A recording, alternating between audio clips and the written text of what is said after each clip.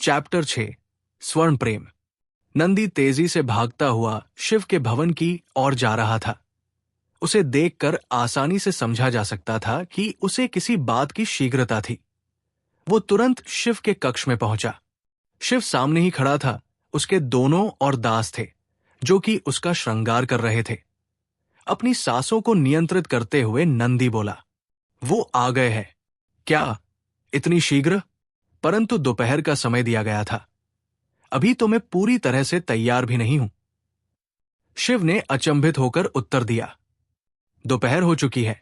मैंने कहा था कि आपको तैयार करने का कार्य आप मुझे दीजिए। मैं जानता हूं आपको कब किस वस्तु की आवश्यकता होती है। नंदी ने दासों की और क्रोधित दृष्टि डालकर कहा, मैं ये जानता हूं, परंतु मैं ये चाहता था कि तुम्हारा ध्यान केवल उनके स्वागत पर रहे। तुम उनके रुकने की व्यवस्था करो, मैं शीघ्र आता हूं। यह कहकर वो पुनः दर्पण में अपने को देखने लगा। वो आज उसी प्रकार दिखना चाहता था जैसी उसने कल्पना की थी। उसकी दृष्टि में ये दिन महत्वपूर्ण था। ठीक है, जैसी आपकी आज्ञा। और ये कहकर नंदी वहां से चला जाता है। शिव पलटकर अपने सेवकों से कहता है, जाओ अब शीघ्र वो आभूषण ले आओ जो पिछले माह मैंने स्वर्णकार को बनाने हेतु कहा था। सेवक एक दूसरे की ओर देखने लगे। शिव पुनः उनकी ओर देखकर बोले, अर्ध कर्म, क्या तुम दोनों को मेरी बात समझ में नहीं आई? क्या तुम्हें इस बात का ज्ञान जब होगा जब मुझे क्रोध आ जाएगा? क्षमा करें, हम आपको क्रोधित करना नहीं चाहते, परंतु हम आज प्रातः ही स्वर्णकार के पास गए थे। उसने कहा कि किसी पारिवारिक समस्या के कारण वो ये कार्य नहीं कर पाया। दोनों के मुख के भाव बता रहे थे कि आगे क्या होने वाला था, क्योंकि उन्हें इस बात का भान पहले से था। क्या उसने हमारा कार्य पूरा नहीं किया? इतना साहस उसमें आया कहां से? जबकि मैंने उससे स्पष्ट रूप से कह दिया था कि मुझे उनकी आवश्यकता है। क्या तुम ये नहीं जानते कि मैं जो वस्त्र और आभूषण एक बार पहन लेता हूं उन्हें पुनः धारण नहीं करता? अब ऐसे महत्वपूर्ण अवसर पर मैं किस प्रकार उपस्थित हो पाऊंगा? सबने अपने सिरों को नीचे झुका लिया, क्योंकि वो इससे अधिक अब कुछ नहीं कर सकते थे। मैं इस बात के लिए जो भी दोषी है सबको दंडित करवाऊंगा। आज यहां श्रेष्ठ गंधर्व एवं नृत्यांगनाएं आ रही है और शिव ये पुराने आभूषण पहनेगा। ये कहते हुए उसने आभूषणों की थाल को अपने हाथों से उछाल कर फेंक दिया। कुछ ही क्षण में राजा एवं रानी भी वहां आ पहुंचे। वो परिस्थिति को समझ चुके थे। महाराज ने महारानी की और संकेत किया और रानी शिव की ओर बढ़ी।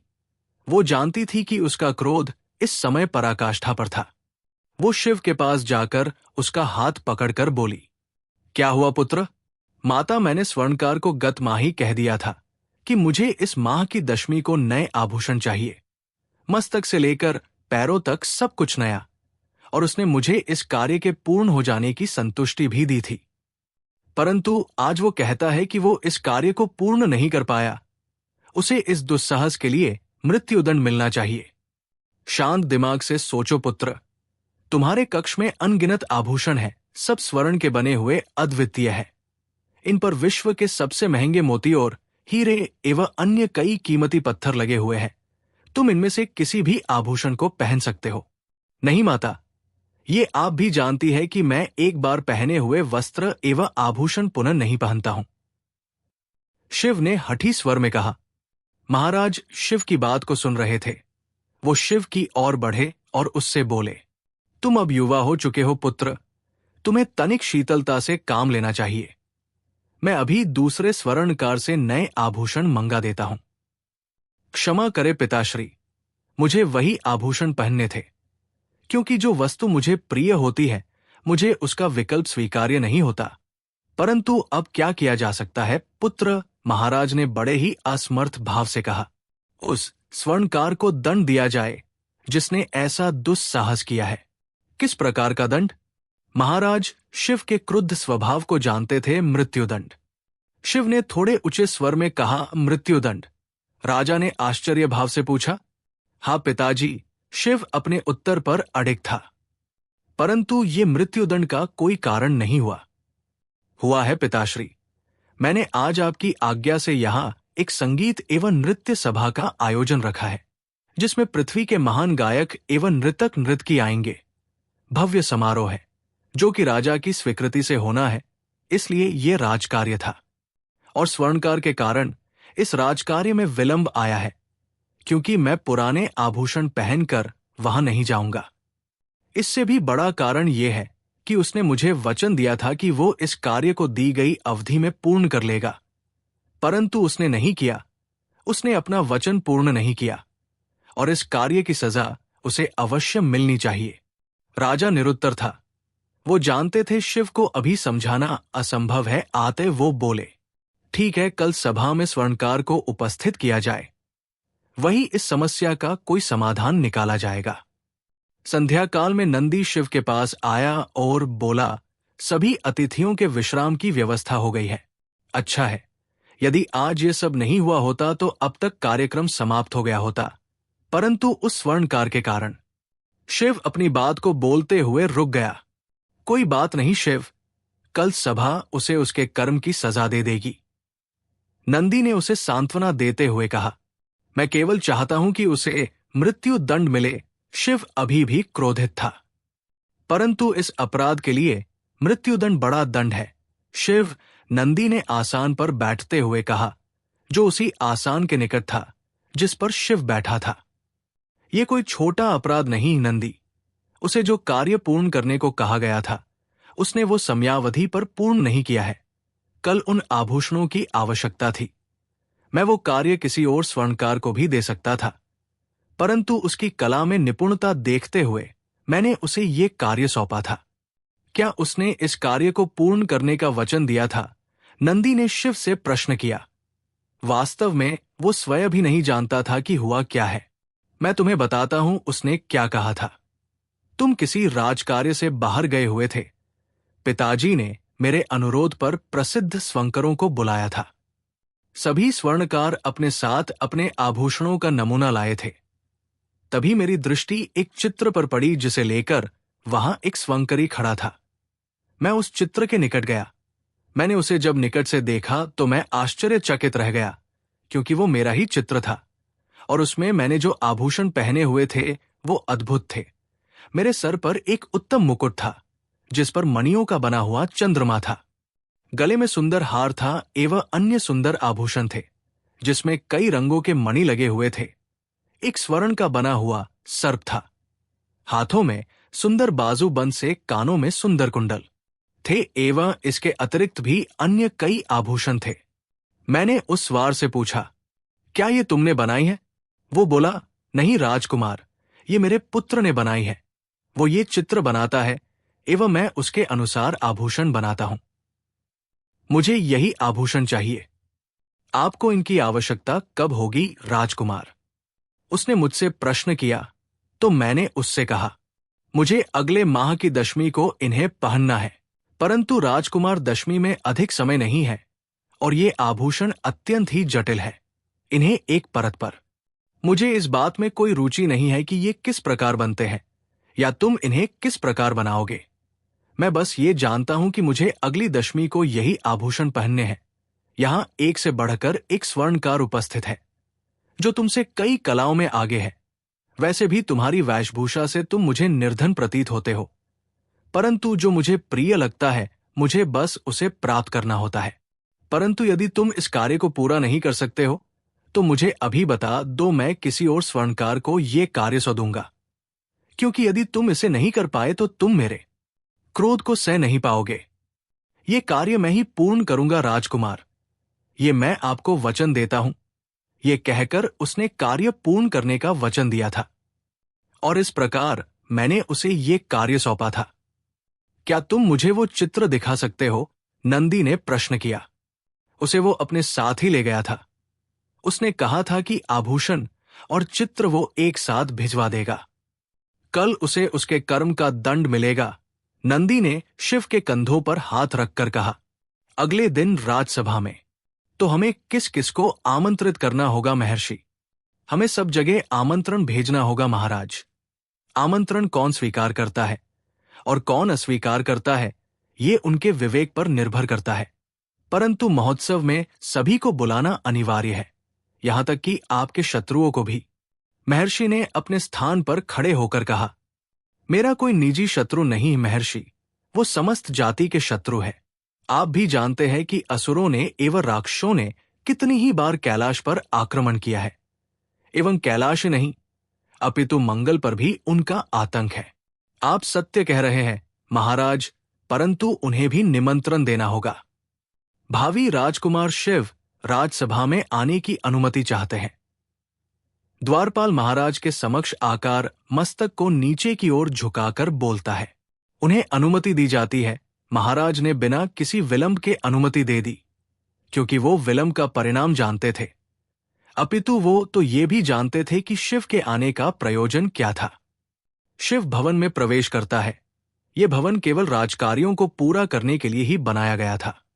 वित्त, रक्षा, कृषि, न्याय आदि समस्त कार्य यहां किए जाते थे।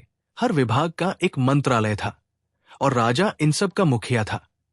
एवं सभी मंत्रालय राजा को ही अपने दैनिक कार्य का वर्णन करते थे एवं राजा का संपूर्ण दिवस इन्हीं कार्यों में व्यतीत हो जाता था। शिव के साथ नंदी भी था, जिसके मुख पर अलग ही भाव थे। हो सकता है वो भविष्य की चिंता में था और जो होने वाला था उसके लिए भयभीत था। शिव के साथ में कुछ सैनिक भी थे जिन्होंने अपने बीच में एक अर्धवृद्ध पुरुष को ले रखा था। वो पतला दुबला था और जैसे कसाई के पास जाने से पहले पशु के मुख का भाव होता है, उसी प्रकार का भाव उसने अपने मुख पर बना रखा था, क्योंकि वो जानता था कि वो इस भवन में नहीं मृत्यु के मुख में प्रवेश कर रहा है। यही वो स्वर्णकार है महाराज, जिसने राजकार्य में बाधा पहुंचाने का दुस्साहस किया है। शिव सभा के मध्य में आकर अपने हाथ को उस स्वार की ओर करता हुआ बोला। वहां उस भवन में जो भी उपस्थित था वो अपना कार्य छोड़कर पूरी तरह से इस परिस्थिति की और ध्यानमग्न हो चुका था। महाराज ने सेनापति की ओर संकेत किया। सेनापति ने शिव के साथ खड़े हुए न्यायक से पूछा, न्यायक, क्या अपराध है इसका? कैलाश नगर में न्यायिक व्यवस्था उत्तम श्रेणी की थी एवं इस बात का ध्यान रखा जाता था कि किसी भी प्रकार किसी निर्दोष को दंड न दिया जाए।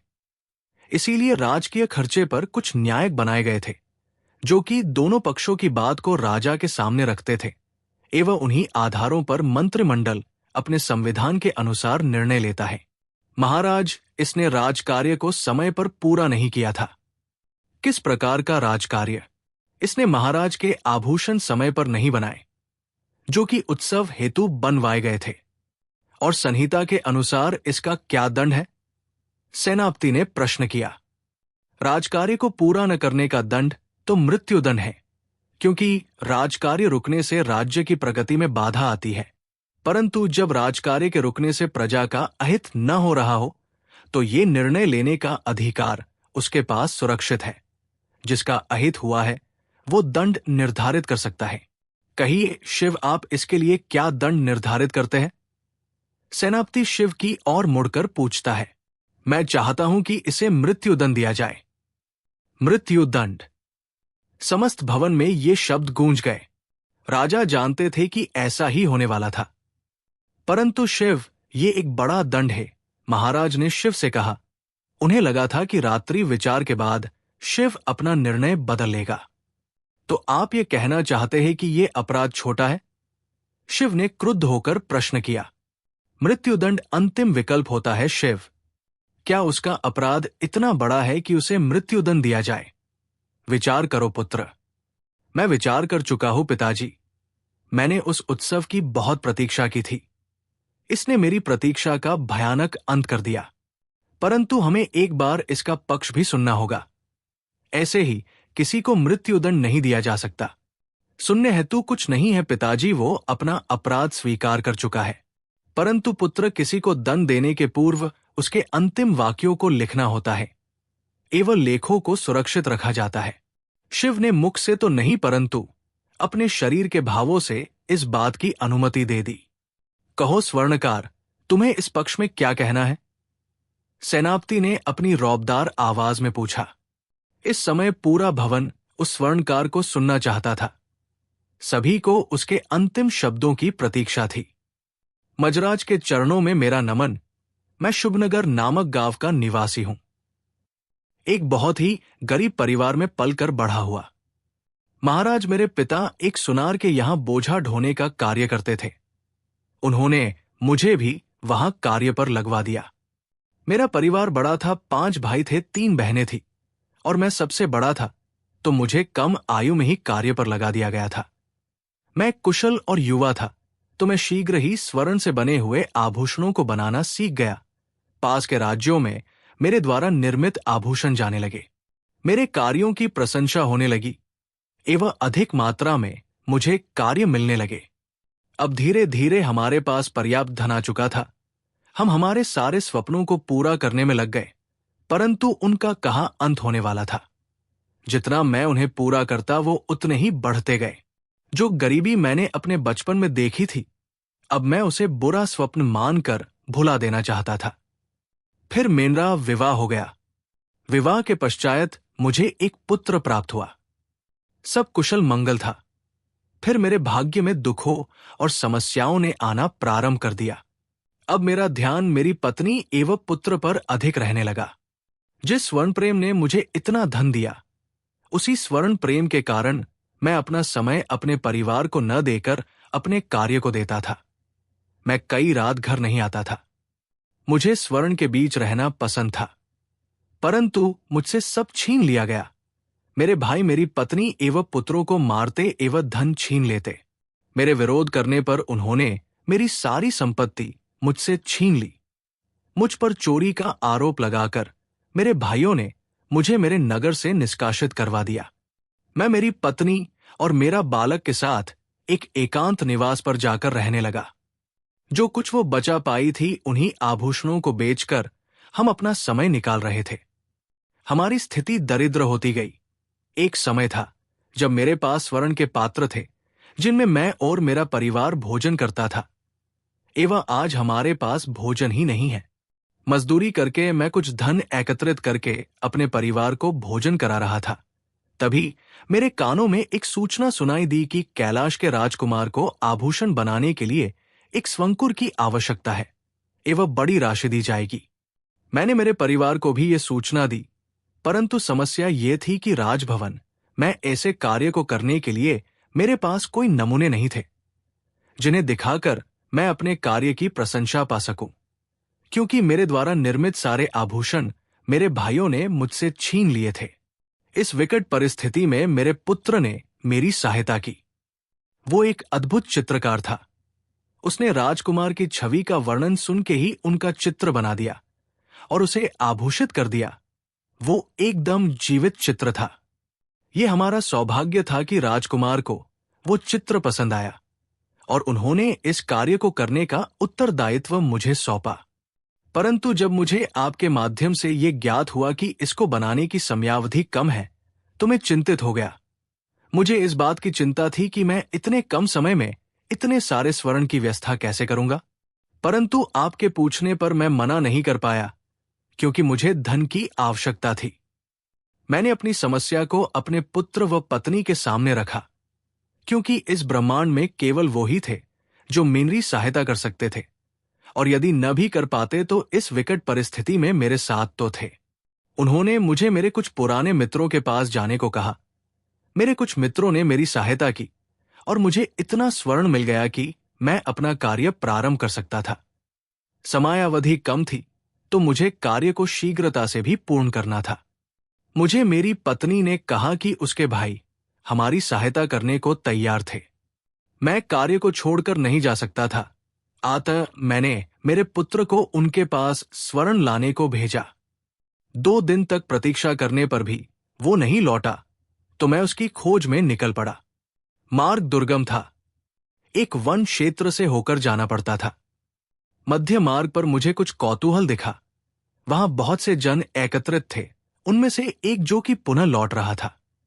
मैंने उसे रोककर उससे वहां घटित हुई घटना के बारे में पूछा तो वो बोला, कल एक बालक अपने साथ स्वर्ण लेकर जा रहा था।